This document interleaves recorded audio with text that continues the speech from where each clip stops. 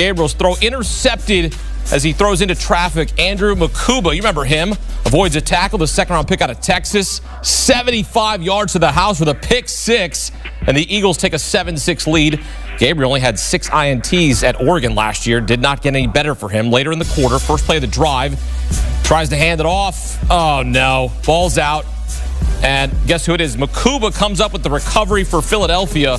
Gabriel finished 13 of 18 for 143 yards, 5 drives, but the 2 turnovers were costly. Ensuing Eagles drive, 3rd and goal. Kyle McCord to Aniyah Smith, and he's in for the touchdown. Eagles take a 13-9 lead. The 6th-round pick out of Syracuse throwing a dime.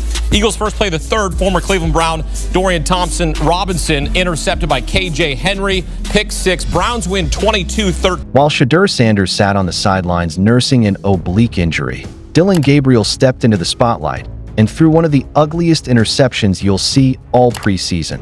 A pick 6 that had analysts questioning if he's even backup material. But here's where it gets spicy. Gabriel then took what sounded like a direct shot at Shedeur in his post-game interview, talking about entertainers versus competitors. Former Louisiana running back Emory Hunt didn't hold back, giving Gabriel a harsh reality check and explaining why this train wreck performance actually makes Shedeur Sanders look like the obvious choice for Cleveland's future. The gloves are off in this quarterback battle, and somebody just threw the first punch. He took a jab at Shedeur. Take a listen. You gave us some fabulous wisdom on how you tune out the noise and you don't let it infiltrate yourself. Will you share that with everybody at home? Yeah, I think it's just part of it. You know, there's entertainers and there's competitors, and I totally understand that. And my job is to compete, and that's what I'm focused on doing. Of course, we're doing this mid-game, but you know, it's something that I'll get used to, and just want to be the best team that I can and create an environment where we can all go do our best work. That's all we want to do. All you in this room are entertainers, and you have a job to do, and I respect it, right? And I'm a competitor, so I have a job to do as well. And I think, you know, just understanding that, that's how I've lived by, and I've said that multiple times. So definitely not a new quote, but something that I've definitely said before. I'm all about our team, you know what I mean, and each other. I would never make that, and I've said it before, that's why it's interesting. But for me, I've explained it. Entertainers are you all, competitor, that's what I am, and all my teammates, and we both have jobs to do, so that's it. You know what's crazy about this whole situation? Everyone's been so focused on whether Shedeur can handle the NFL pressure, whether he's too flashy, whether he's got what it takes to be a franchise quarterback. Meanwhile, Dillon Gabriel just walked onto that field in Philadelphia and basically handed Shedeur the backup job on a silver platter. Let me paint you the picture of what went down in Philly. The Browns are dealing with a quarterback room that looks like a hospital ward. Kenny Pickett's got hamstring issues, Shedeur's dealing with an oblique injury, and Gabriel's nursing his own hamstring problems. It's like a comedy of errors, except nobody's laughing in Cleveland right now. So they throw Gabriel out there for his first preseason start, and initially, things look promising. First drive, he's looking sharp, for completions for 29 yards, moving the chains, getting the Browns into scoring position. You're thinking, okay, maybe this Oregon transfer has something. Maybe the competition for that backup spot just got real interesting. But then reality hit harder than a freight train. First play of the second quarter, Gabriel decides to play hero ball. Instead of reading the defense, instead of taking what they give him, he forces a throw right into traffic. And not just any defender picks it off. It's Andrew Makuba, the second-round pick out of Texas, who takes it 75 yards to the house for a pick 6. 75 yards. That's the length of the entire field minus the end zones. And Gabriel just gift-wrapped 6 points for Philadelphia. Now, here's what separates good quarterbacks from mediocre ones. How you respond to adversity. Great quarterbacks shake off the mistake, learn from it, and come back stronger. Average quarterbacks? They compound the error. Guess which category Gabriel fell into? Very next drive, first play from scrimmage, Gabriel can't even handle a simple handoff. The ball comes loose, and wouldn't you know it, there's Makuba again, diving on the fumble like he's got a personal vendetta against the Browns quarterback room. In the span of maybe 10 minutes of game time, Gabriel single-handedly put his team in a 14-point hole. But wait, it gets better. Or worse, depending on how you look at it. After this disaster class performance, and we're talking about a guy who finished 13 of 18 for 143 yards with 2 turnovers, Gabriel gets pulled aside for a sideline interview. And this is where things got really interesting, because instead of taking accountability, instead of showing some humility, Gabriel decides to take what sounds like a not-so-subtle shot at his teammate. And here with former Louisiana running back Emory Hunt. Emory, you heard what Dillon Gabriel said. There's entertainers, there's competitors. We're entertainers, we're journalists.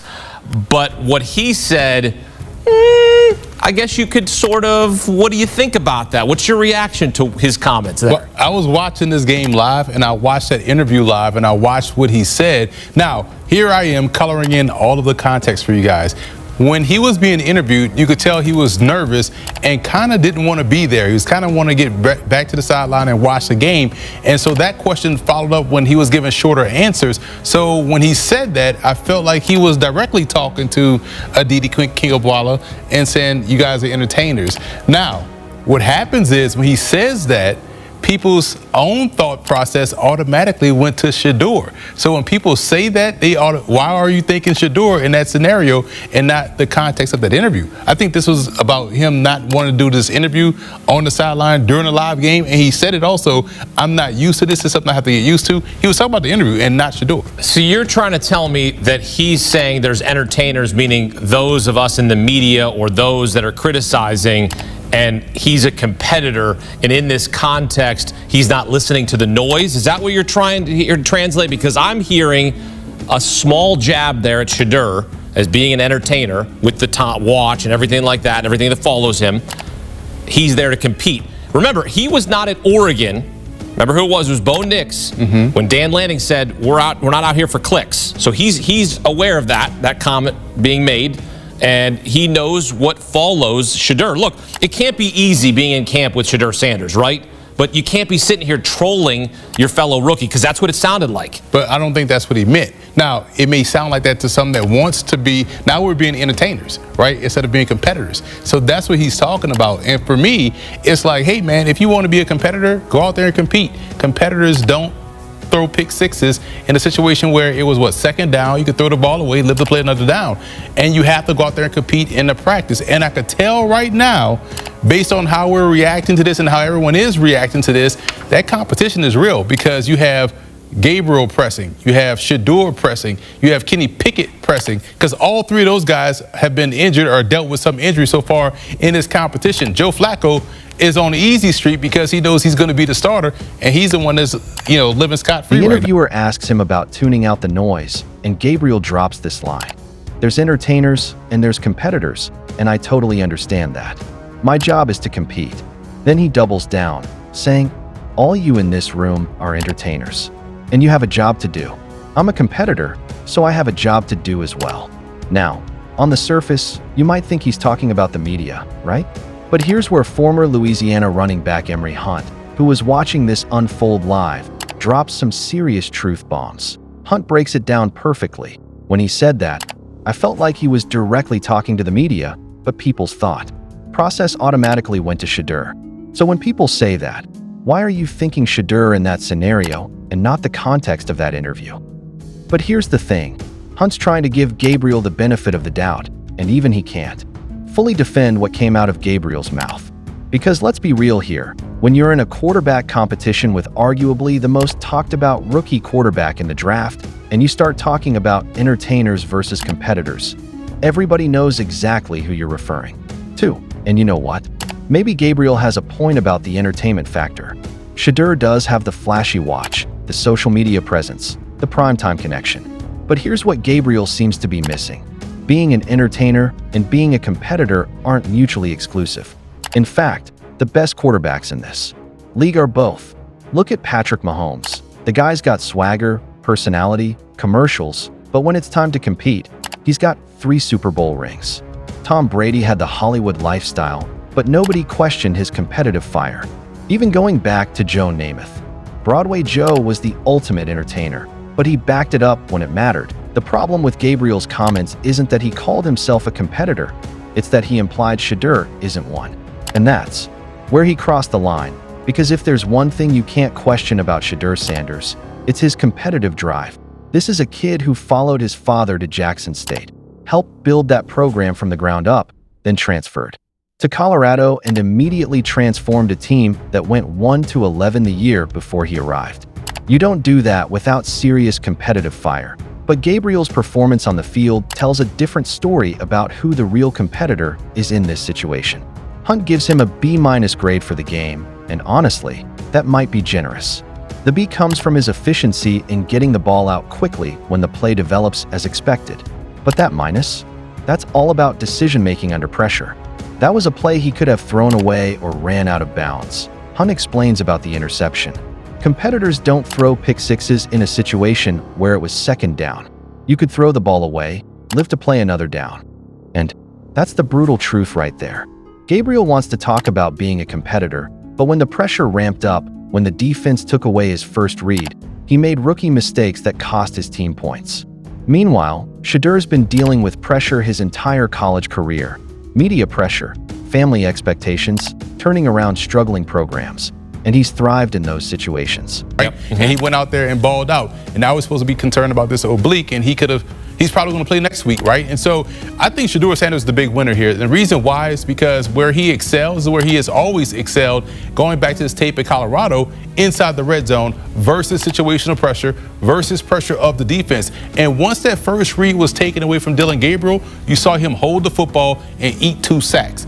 Those are the things that we didn't see Shedeur Sanders do in his outing in the pros so far in his first game. So I think that's the biggest winner, Shedeur Sanders, because he didn't play and it wasn't wowing above, shoulders and head and shoulders above of what he did. Now the biggest loser, Kenny Pickett. Yep.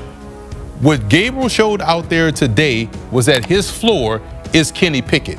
So at worst, you know that both of these quarterbacks, Shedeur Sanders and Dillon Gabriel, can give you Kenny Pickett level play as rookies. So if they can give you Kenny Pickett play as rookies, why do we have Kenny Pickett? That's the trade piece. And based on how we saw Shedeur Sanders play and also Dillon Gabriel play, Pickett now becomes expendable because both of these rookies have played a lot of games. Shedeur 4 years between Jackson State and Colorado. Dillon Gabriel 6 years across 3 different schools. They give you more than Kenny Pickett, who essentially back in college was that 1-year wonder in terms of his wowing statistics. Here's where Hunt drops maybe the most important insight of this entire analysis. He calls Shedeur the biggest winner from Gabriel's performance, even though Shedeur didn't even play. Why? Because where Gabriel struggled, situational pressure, red zone efficiency, making plays when the first read isn't there. Those are exactly the areas where Shedeur excels. Where he excels is where he has always excelled going back to his tape at Colorado, inside the red zone, versus situational pressure, versus pressure of the defense, Hunt explains. And once that first read was taken away from Dillon Gabriel, you saw him hold the football and eat 2 sacks. Those are things that we didn't see Shedeur Sanders do in his outing in the pros so far. That's a devastating assessment, and it's coming from someone who's trying to be fair to Gabriel. But the tape doesn't lie, and the results speak for themselves. But here's the plot twist that nobody saw coming. Gabriel's mediocre performance might have actually sealed Kenny Pickett's fate in Cleveland. Hunt breaks it down brilliantly. What Gabriel showed out there today was that his floor is Kenny Pickett. So at worst, you know that both of these quarterbacks, Shedeur Sanders and Dillon Gabriel, can give you Kenny Pickett level play as rookies. So if they can give you Kenny Pickett play as rookies, why do we have Kenny Pickett? Think about that for a second. Gabriel goes out there, has a decidedly average performance with some costly mistakes, and the expert analysis is that he's still as good as the veteran they traded for. That's not exactly a ringing endorsement for either Gabriel or Pickett. Meanwhile, Shedeur's sitting on the sideline, probably taking mental notes on everything Gabriel did wrong, knowing that his opportunity is coming soon. And when it does come, the bar has been set pretty low. You want to know what real competitive fire looks like. It's not throwing shots at your teammates in post-game interviews. It's not making excuses or trying to deflect attention.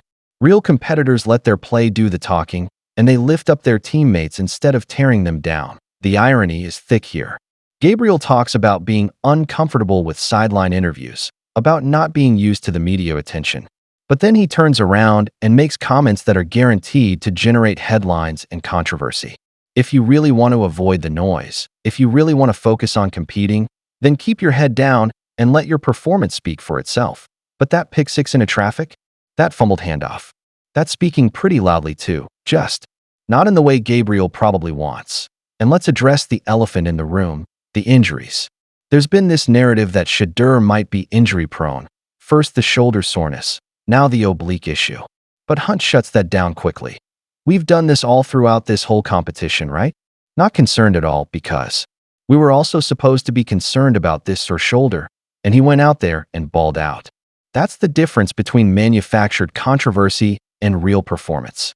While people are worried about Shedeur's minor injuries, Gabriel's out there throwing pick sixes when he's supposedly healthy. The Browns are planning to carry 4 quarterbacks to start the season, which tells you everything you need to know about the state of their quarterback room. Joe Flacco is going to start because he's the only one who can actually run Kevin Stefanski's offense consistently. But here's the thing. Flacco's 40 years old. He's had his own turnover issues, and Cleveland fans are notoriously impatient with quarterback play. Hunt predicts exactly what's going to happen. Joe's going to go out there, win a couple games. He might struggle. He might get injured, and then boom, one of these guys are going to play. The guy holding the clipboard is going to be the most popular guy in Cleveland. And after Gabriel's performance against Philadelphia, after his questionable comments about entertainers versus competitors, who do you think Cleveland fans are going to be calling for when Flacco inevitably struggles? This is why Gabriel's interview was such a massive strategic mistake. He could have taken the high road, talked about supporting his teammates, focused on his own development. Instead, he created a narrative where he's the serious competitor and Shedeur's just an entertainer. But then he went out and played like anything but a serious competitor. The truth is, Shedeur Sanders doesn't need to prove he's a competitor to anyone who's actually watched him play.